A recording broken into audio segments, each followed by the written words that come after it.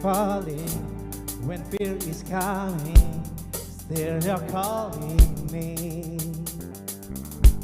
When fear is lost and my hope exhausted, you will be my strength. When my mind says I'm not good enough, God, you're enough for me. I've decided I'm not giving up. You won't give up for me. You won't give up for me. Your love is holding on, it won't let go. Feel it breaking out like an echo. Your love is holding on, it won't let go. I feel it breaking out like an echo, echo in my soul.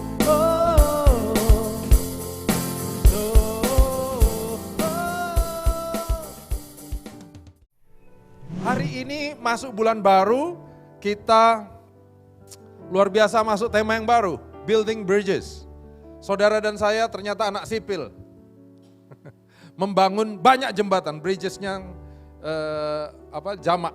Perhatikan itu, gambar ini ingat-ingat dulu ya, nanti saya jelasin kenapa kita punya tema ini. Bridgesnya itu menarik ya, yang digambarkan satu tapi yang di atasnya jamak. Oke. Next ya. Yuk kita baca ayat konteks kita hari ini. Satu dari 2 Korintus 5 ayat 17 sampai 21. Ini kita baca sama-sama, nanti yang konteks panjangnya saya yang baca. Yuk kita baca sama-sama ayat 17 dimulai. 1, 2, 3. Jadi siapa yang ada di dalam Kristus, ia adalah yang lama sudah berlalu, sesungguhnya yang baru sudah datang. 18. Dan semuanya ini adalah dari Allah, yang dengan perantaran Kristus telah mendamaikan kita dengan dirinya, dan yang telah mempercayakan pelayanan pendamaian ini kepada kami. 19. Sebab Allah mendamaikan dunia dengan dirinya oleh Kristus, dengan tidak memperhitungkan pelanggaran mereka. Ia telah mempercayakan berita pendamaian itu kepada kami. Next ya, sama-sama. Jadi kami ini adalah utusan-utusan Kristus. Seakan-akan Allah menasihati kamu dengan apa? Perantaraan kami. Dalam nama Kristus kami meminta kepadamu, berilah dirimu didamaikan dengan Allah. 21 sama-sama. Dia yang tidak mengenal dosa telah dibuatnya menjadi dosa karena kita, supaya dalam Dia kita dibenarkan oleh Allah. Berbahagialah kita yang bukan hanya mendengar, tapi juga merenungkan dan melakukan firman Tuhan ini. Nah, sadari saudara, jembatannya adalah Kristus. Kristuslah jembatan manusia kepada Allah. Jadi jembatannya itu sudah ada, namanya Kristus. Jadi kenapa jembatannya jamak ya?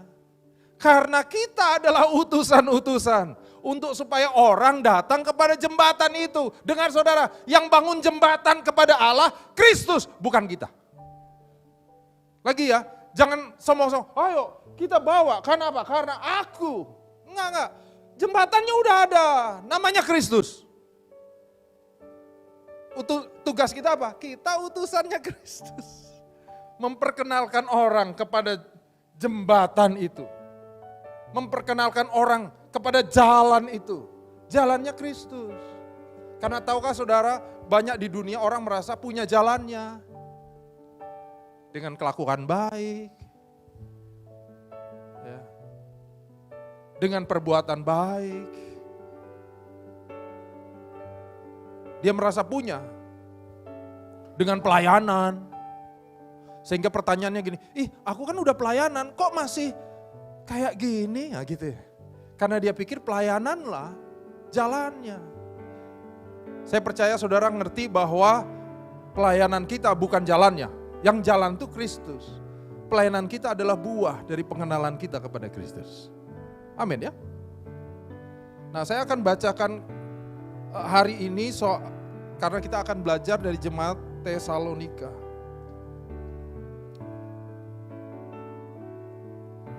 Dari kitab Tesalonika, saya buka. Oke, saya kesini supaya saudara bisa baca. Saya akan baca cepat saja konteks 10 ayat ini. Oke, habis itu kita belajar dari beberapa ayat ini ya. Dari Paulus, Silvanus, Timotius, lihat itu ya, Paulus memulai pelayanan kabar ini dengan tim. Kita ini utusan-utusan, gak sendirian, katakan amin. Lagi ya, jembatannya udah ada, bukan kita yang bangun, kita memperkenalkan orang kepada jembatan itu. Kalau kita merasa kita yang harus bangun, capek saudara. Dengan kekuatan kita sendiri, enggak. Kita bawa orang kepada kasih karunia itu. Kitalah utusan-utusannya. Paulus, Silvanus, Timotius, kompak. Jadi kalau orang mau tahu gereja ini ya you and me. Yeah. Pelayanan ini bersama ya, Paulus, Silvanus, Timotius, kepada jemaat-jemaat orang Tesalonika yang di dalam Allah Bapa dan di dalam Tuhan Yesus Kristus, kasih karunia dan damai sejahtera menyertai kamu. Kami selalu mengucap syukur kepada Allah karena kamu semua dan menyebut kamu dalam doa kami. Kenapa dia punya hati untuk pelayanan? Salah satunya kelihatan dari doanya. Ya kan saudara? Doain pelayanan. Saya percaya saudara doain pelayanan ini dong. Amin dong. Oh puji Tuhan. Sebab ada yang suka enggak. Ya. Doamu itu memperlihatkan prioritas kadang-kadang. Ya enggak? Kita doain pekerjaan, kenapa? Untuk kita pekerjaan penting. Kalau saudara belum merasa tergerak dengan pelayanan ini, dengar ya, coba tabur sesuatu. Tabur doa, tabur waktu. Saudara akan mulai meletakkan prioritas penting dalam pelayanan ini terhadap hidup saudara. Sebab kami selalu mengingat pekerjaan imanmu, usaha kasihmu dan ketekunan pengharapanmu kepada Tuhan kita Yesus Kristus di hadapan Allah Bapa kita. Dan kami tahu, hai saudara-saudara yang dikasihi Allah, bahwa Ia telah memilih kamu. Ini untuk orang-orang di Tesalonika, Paulus bilang kamu tuh orang pilihan gitu ya. Sebab Injil yang kami beritakan bukan disampaikan kepada kamu dengan kata-kata saja, tapi dengan kekuatan, dunamis oleh Roh Kudus dan dengan suatu kepastian yang kokoh, pasti, jaminan. Ini kalau dia khotbah dia yakin, pasti. Memang kamu tahu bahwa kami bekerja di antara kamu oleh karena kamu. Dan kamu telah menjadi penurut kami dan penurut Tuhan. Dalam penindasan yang berat, kamu telah menerima firman ini dengan sukacita yang dikerjakan oleh Roh Kudus. Sehingga kamu telah menjadi teladan untuk semua orang yang percaya di wilayah Makedonia dan Akaya. Karena dari antara kamu firman Tuhan bergema bukan hanya di Makedonia dan Akaya saja, tetapi semua tempat telah tersiar kabar tentang imanmu kepada Allah, sehingga kami tidak usah mengatakan apa-apa tentang hal itu. Sebab mereka sendiri bercerita tentang kami, bagaimana kamu sambut, bagaimana kamu berbalik dari berhala-berhala kepada Allah untuk melayani Allah yang hidup dan yang benar. Dan untuk menantikan kedatangan anaknya dari sorga, yang telah dibangkitkannya dari antara orang mati, yaitu Yesus yang menyelamatkan kita dari murka yang akan datang. Sedikit saya kasih latar belakang kitab ini ya saudara. Ini perjalanan misinya Paulus. Ya, yang pendek ini dari Antioquia ke Antioquia atas sama Antioquia Syria itu yang pertama, pendek, cepat gitu. Tapi ayat yang saudara baca adalah sekitar sini nih. Tesalonika, Berea, Korintus. Waktu Paulus nulis surat kepada Tesalonika, dia lagi ada di Korintus. Dia awalnya lihat panah itu, dia datang ke Tesalonika, nggak lama dikejar-kejar sama orang Yahudi karena banyak orang Yahudi bertobat, ada orang bukan Yahudi bertobat, orang Yahudinya yang nggak setuju. Untung kita di sini sama kalau ada gereja lain buka dekat kita happy dong. Happy dong? Amin dong. Bahkan kita dulu berdiri di sini itu karena banyak gereja yang support, itu asiknya. Enggak setuju. Paulus lari ke Berea, dikejar saudara. Sampai terus Paulus ke Korintus. Nanti kalau saudara lihat kitab Korintus, ini nih jemaat yang paling ngeyel nih, Korintus. Bukan, maaf ya. Yang banyak masalahnya disebutkan di Alkitab tuh jemaat ini nih. Nah, Waktu dia di Korintus lagi bete gitu ya. Lagi sebel, lagi tough dalam pelayanan di Korintus, dia terima kabar tentang Tesalonika. Ini dia. Dia terima kabar tentang jemaat Tesalonika yang saudara baca. Jadi kabarnya kabar bagus, saudara. Bagaimana jemaat ini bertumbuh, bagaimana. Sehingga waktu dia nulis, lihat tadi yang dia tulis. Dia tulis bagaimana bangganya dia untuk Tesalonika. Nanti beda kalau dia nulis untuk Korintus. Korintus tuh banyak perpecahan. Teguran. Tapi Tesalonika dia agak happy gitu ya. Kenapa saya buka ini? Karena dari apa yang Paulus tulis, saudara bisa lihat penekanan Paulus terhadap kehidupan kekristenan. Apa itu saudara? Bagaimana cara kita membangun jembatan kepada orang yang gak mengenal Kristus. Nih, satu, hidup yang mengalami perubahan. Ayat 5 tadi bilang, sebab Injil yang kami beritakan bukan disampaikan kepada kamu dengan kata-kata, gak ngomong doang. Tapi dengan kekuatan oleh Roh Kudus. Karena di antara kamu firman Tuhan bergema.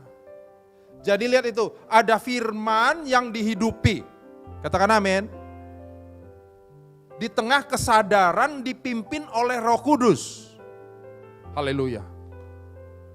Apa yang kita hidupi? Saudara yang jawab sendiri. Apa yang kita hidupi dalam pekerjaan? Apa yang kita hidupi dalam keluarga? Mampukah orang sekitar kita melihat perubahan dalam kehidupan kita yang menghidupi Injil? Orang tuh lihat itu loh saudara, perubahan dalam hidup saudara. Kalau kita sama mereka juga biasa-biasa aja. Ibadahnya lebih rajin mereka, misalnya ya. Teman-teman kantor saudara lihat lebih rajin beribadah, lebih sungguh-sungguh. Teman-teman kantor saudara lebih orang baik gitu sehari-harinya. Kita yang ngomong kotor terus, kita yang marahnya terus meledak-ledak. Saudara, gimana ya? Bagaimana kita bisa menunjukkan firman Tuhan yang dihidupi? Dan apalagi kita mau ngomong gini, Roh Kudus, tuntun aku, rohnya aja kudus. Amin. Hari ini harusnya kita banyak pertobatan nih. Kenapa? Karena ini loh saudara, saya sedih juga ini. Saya temukan data ini. Coba lihat ini, kasus pemerkosaan, presentasi korban kejahatan tertinggi, semuanya ada kantong-kantong Kristen di situ. Ampun deh. Kita yang ngomong Kristen itu harusnya nggak gitu. Justru datanya BPS nih saudara, pemerkosaan pencabulan terbanyak tahun 2020 Maluku. Nomor 2 Sumatera Utara. Sulawesi Utara masuk 10 besar. Men, provinsi yang presentasi penduduknya jadi korban kejahatan tertinggi. Lihat tuh, kantong Kristen masuk semua. Maluku, Sumatera Utara, Papua Barat, Sulawesi Utara. Nah ini menarik nih. Presentasi penduduk tahun 2001 yang menjadi korban kejahatan terendah. Bali. Bali yang notabene mayoritas nggak Kristen. Malah rendah loh. Bertobat loh. Mereka yang di Bali. Kita apalagi. Yang terendah Aceh. Either karena takut kan. Takut dipecut, takut dipotong, takut dicambuk. Hei, rendah. Jawa Timur, Banten, Jawa Tengah, DKI. Nggak ada kantong Kristen. Ya ampun. Kita yang punya ayatnya. Kita yang kurang hidupi. Saudara, kita di home church bertobat. Amin ya. Kita yang harus hidupi. Nomor 2, hidup sebagai murid, penurut-penurut Allah, penurut-penurut Tuhan. Ketaatan dalam penindasan, lihat itu kata-kata itu. Ditindas pun tetap dalam alurnya Tuhan. Sehingga buahnya nanti kalau saudara lihat keteladanan. Keteladanan.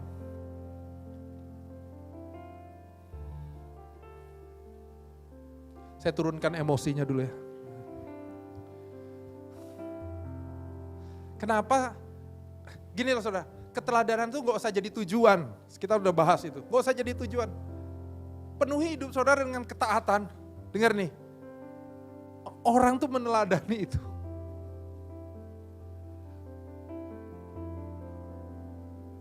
Meneladani bagaimana kita mentaati peraturan yang ada. Yang ada yang gak ditaati, apalagi yang gak kelihatan. Aturan etika yang ada, etika sederhana kok. Ya, kalau ada yang lagi sholat, pakai tempatnya sholat, saudara jangan pakai sepatu masuk itu.